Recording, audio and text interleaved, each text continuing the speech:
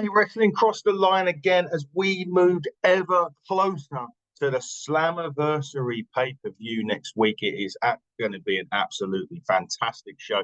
Don't forget you can watch TNA on the TNA Plus app in DAZN over in the UK, AXS TV, obviously over in America.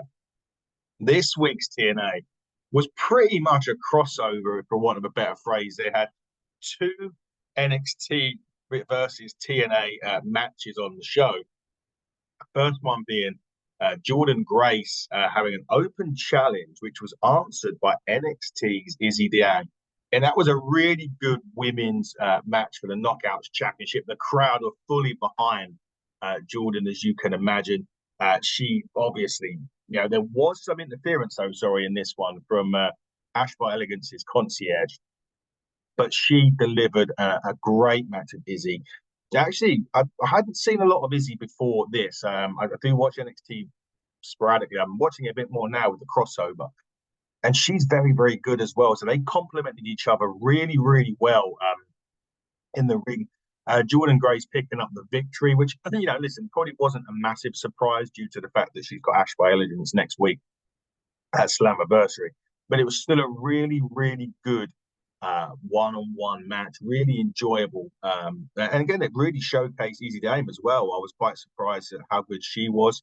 But yeah, very, very good. The crossovers working fantastically. And as I said, this really was only just the start of tonight's crossovers. We're going to see Charlie Dempsey in action a bit later on.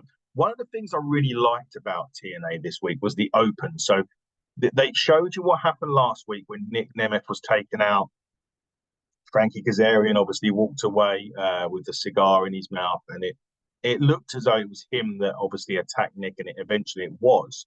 And it started this week with Ryan on the phone camera, and it was quite interesting because they were looking to see or find Kazarian. They found Kazarian. Nick was waiting like a darkened doorway.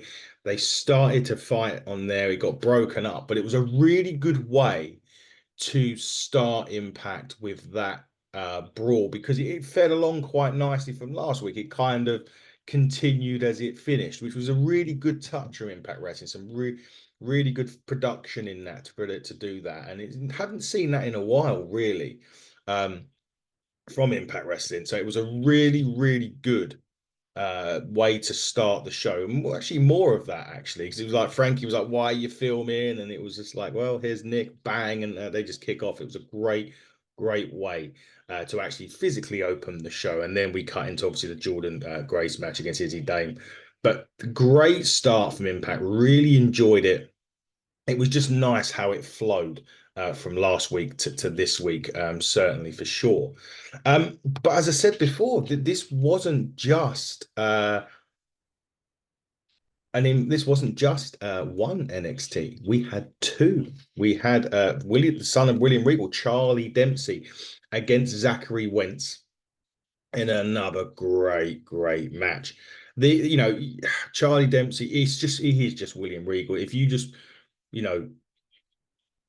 put William Regal 25 years younger than what he is now, maybe less or maybe more, it's him. Everything about mannerisms, the way he moves around the ring, what he does, the move set, the lot, it is William Regal. And fantastic. Zachary Wentz obviously come on back to NXT this past week as well. We'll be on NXT next week with partner Wesley and the rest of the Rascals as they take on, with Trey Miguel as the Rascals as they take on Gallus next week on NXT, which should be a great match as well.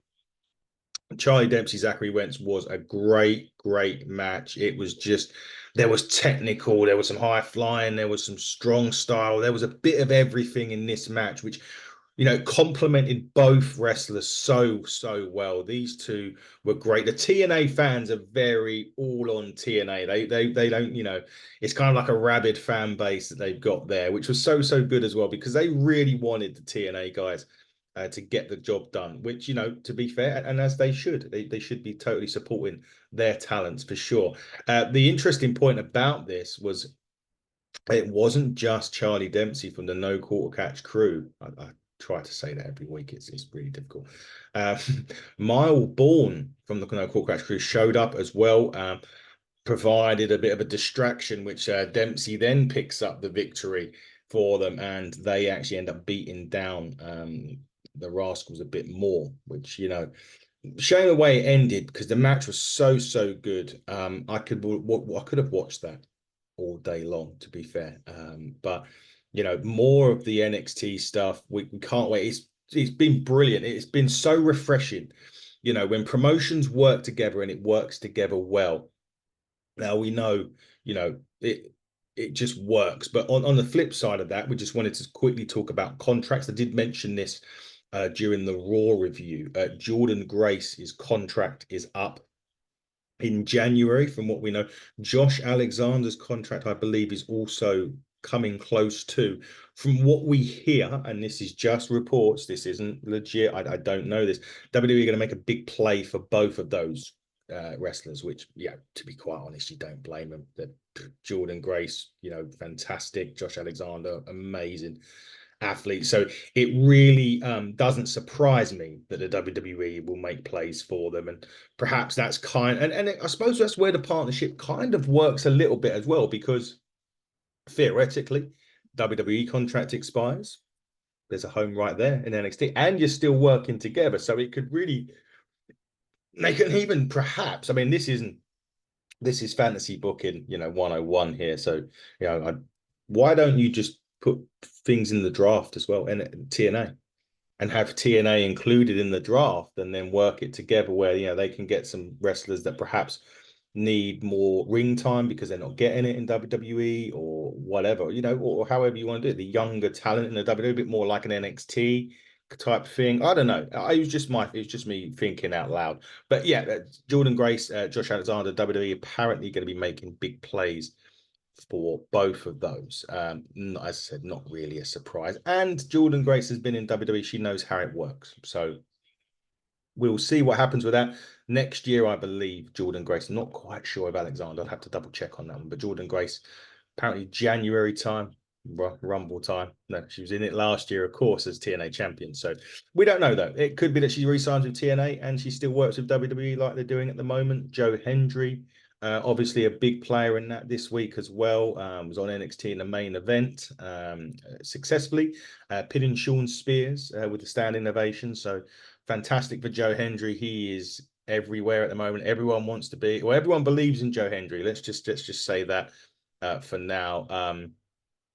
But what a great time to be a fan of TNA, because you're seeing all of this stuff as well. But and it is really beneficial for TNA. I know there's been a few bits about how is it benefiting them, but it's given them a big stage in WWE to perform on. WWE are sending their talent down there. The people that watch WWE will sit there and go, "Who's this? Oh, TNA. Where's TNA?" And if they didn't know where TNA was, they can find it and watch it. So it does actually work both ways in a lot of ways. I know people who seem to think WWE get a better end of the deal there, but it does work for TNA, and it certainly has worked big time, in my opinion. Just my opinion. Before the Zachary Wentz match against Charlie Dempsey, Santino did make a wild card tag team main event that I couldn't wait for. It was Josh Alexandra and the aforementioned Joe Hendry. They were taking on Steve Macklin and Moose. Now, just coincide, we're going to be interviewing Steve Macklin on this channel ahead of Slammiversary. Really excited. Big thank you to TNA for giving us that opportunity to interview Steve Macklin. We're very can't wait. Very excited to bring the mayhem of Macklin to the show very soon. So keep your eyes peeled on that one next week. But Santino made that as a great main event for the show as well. And the system did actually was talking a bit of business after the No Court Catch crew match. And they were saying, obviously, how they've got the Hardys next week for the tag team championships. That will be a great match. Eddie Edwards, Brian Myers versus Matt and Jeff Hardy. They're going to end the careers of the Hardys next week, apparently. Well, we'll wait and see on that one for sure. Moose then talked about Dirty Dango's business, Johnny Dango Curtis, whatever you want to call him, because he's got Chris Bay. Because it's quite interesting, because Chris Bay, Ace Austin from Bullet Club also want the system for the tag titles. May even be at Slammiversary. I'm not quite sure. But you know, so they've got other business to attend to, shall we speak, and they do want Dango to get the job done tonight against Chris Bay. We'll wait and see about that. Now, Santino did run in to the No Court Catch crew next week and advised them that he wants them back next week. I'm game for that. I'm happy with that. In a 6-man tag against the Rascals and their partner, who is someone from our world who knows your world. Well, we do know that they did attack. You know, there is obviously an NXT wrestler there that could work for this week, that they just so happened to help last week, that they're in 6-man action with on NXT next week. So could it be the return of the Rascals, a full quota of the Rascals on TNA next week? We'll have to wait and see. Now, remember last week I said that there was going to be a triple threat match to go against Ali, who the winner that goes against Ali at Slammiversary for the TNA X Division Championship. It was Speedball Bailey, it was Kushida, it was Jonathan Gresham. It was absolutely amazing, this match. You have to go and watch it. Three guys, they're kind of similar, kind of different styles. You got, you know, Gresham's that technical ground and pound, but he's powerful, he's quick. Kushida's the strong style Japanese. Mike Bailey, again, a bit of strong style, but it just worked. It absolutely worked on this. It was an incredible triple threat match. It was Speedball Bailey did pick up the victory and goes now against Ali next week for the X Division title. Speedball was with our good friend Trent Seven as well. And Campaign Singh and Ali made their presence felt by attacking Mike Bailey at the end of the match and Trent Seven at the end of the match. So, and in a familiar wording of the week, Ali says, which was actions have consequences, as he blasts him with his chair, and Seven is in a sharpshooter and cranks it back while eye to eye with Mike Bailey. So interesting developments there. But Speedball Bailey does get that title shot against Ali at Slammiversary, which should be a great match. Ali's great. Bailey's been waiting for this moment. It's his time. Will it be his time to shine? No, we'll have to wait next week on Slammiversary to find out. The PCO Steph DeLander romance didn't really take a turn for so much, but DeLander was on the beach and she did say that she's got a question for PCO. So, will you wait for me? Because she's got to go back to Australia and tie up a few loose ends. Not quite sure I'm sure PCO will wait for Steph DeLander, but I'm still not convinced that all is right there with Steph DeLander and PCO. I'm not quite.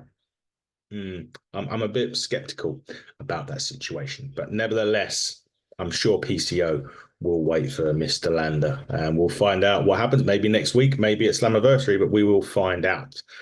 AJ Francis, as you all remember, was going against Rhino this week for the Digital Media Championship.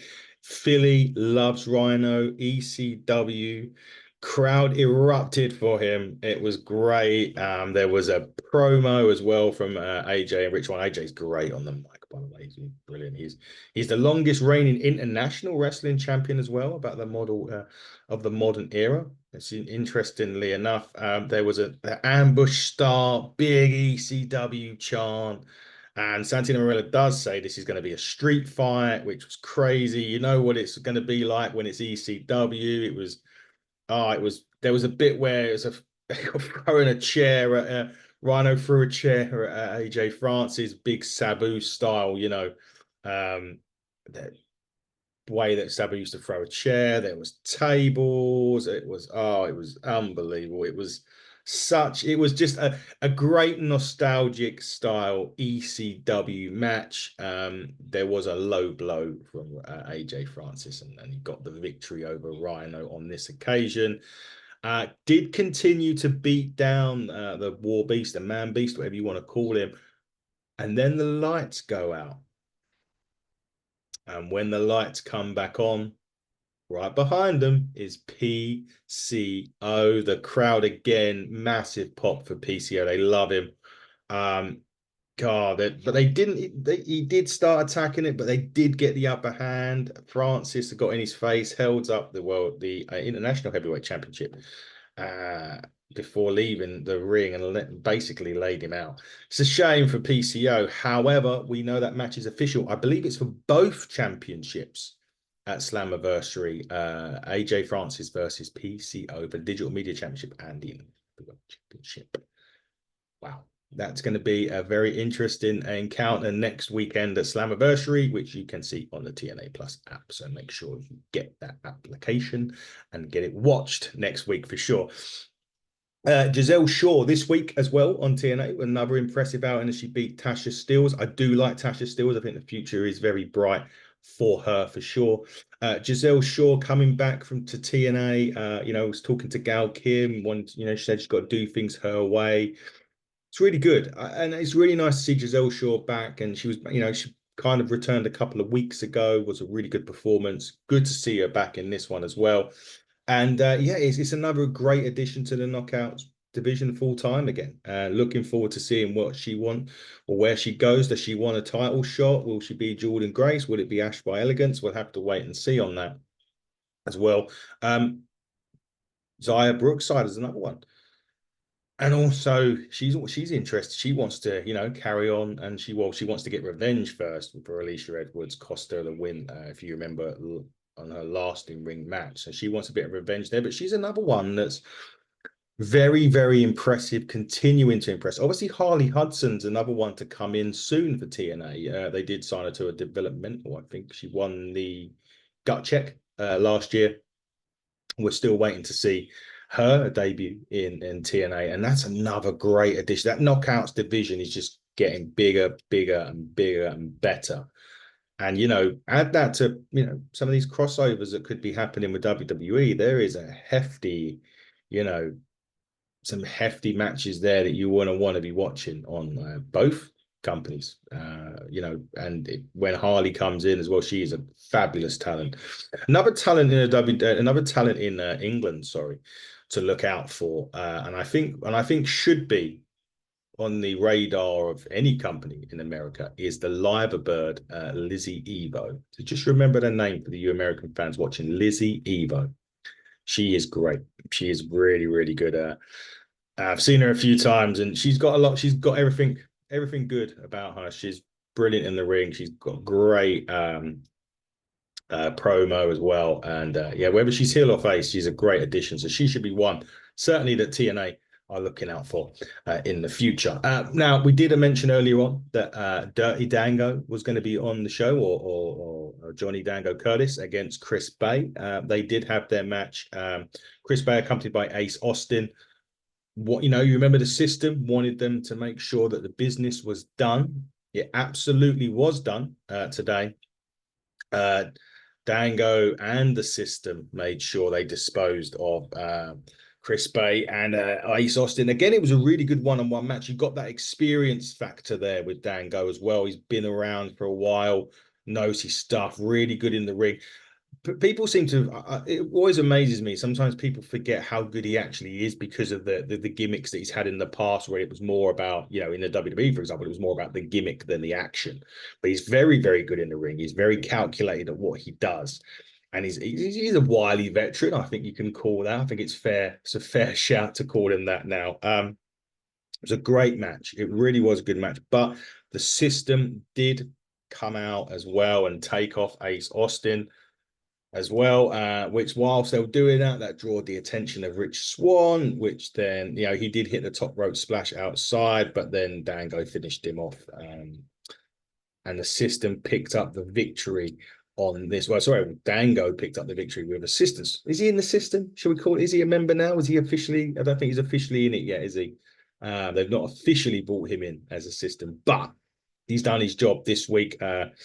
Ace Austin and Chris Bay taken out, and Dango wins the match. The main event was great, right? So we mentioned earlier on, Santino made Moose Macklin, Josh and Joe This was this was brilliant. There was a little vignette before at promoting the Hardy Boys next week going for tag team gold again. So will the system even go into Slammiversary tag team champions? That is up for debate for sure now as we head into that next week, which will be an incredible match, by the way, next week. I can't wait for that to watch TNA next week. But this main event was great. 4 out of the 6 people that were going to be in the main event at Slammiversary in a tag match. Moose Macklin, Joe Hendry, Josh Alexander, brilliant tag match. This is what TNA does well. It was just brilliant how they put these 4 together. They really worked well in the ring. And if there was any doubts about the 6-man, about how it's going to work next week, just having these 4 in the ring as a tag was brilliant. Kazarian did, obviously get, involved as well. He come out to the ring. So the 5 of the 6 were there. The fans were all over Joe Hendry. They all believed in him. It was so great. He is just at the moment probably the hottest thing in wrestling right now is Joe Hendry. The fans love him. When he tagged Josh in at one point, it just reminded me of Kurt Angle with what he was doing with the Germans and everything like that. It was great. It was so good, and I really did enjoy it.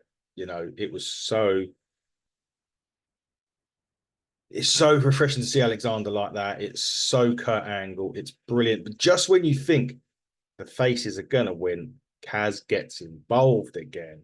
And the distraction from Kaz allowed Moose to hit his finisher on Alexander. And then Macklin hits his finish to get the victory. Wow. What a match. What a great Impact Wrestling that is. Can't wait for next week to run down the card. Alicia Edwards, Zaya Brookside, the Rascals, and TBA. Well, I don't know who TBA is, but I'm sure he's a good wrestler. We'll find out who it is next week. We'll go against the No Quarter Catch crew from NXT. Brian Myers and Eddie Edwards against the Hardys for the Tag Team Championships as we move into Slammiversary week. As I said before, do not forget, watch TNA on the TNA Plus app, AXS TV in America, DAZN over here in the UK.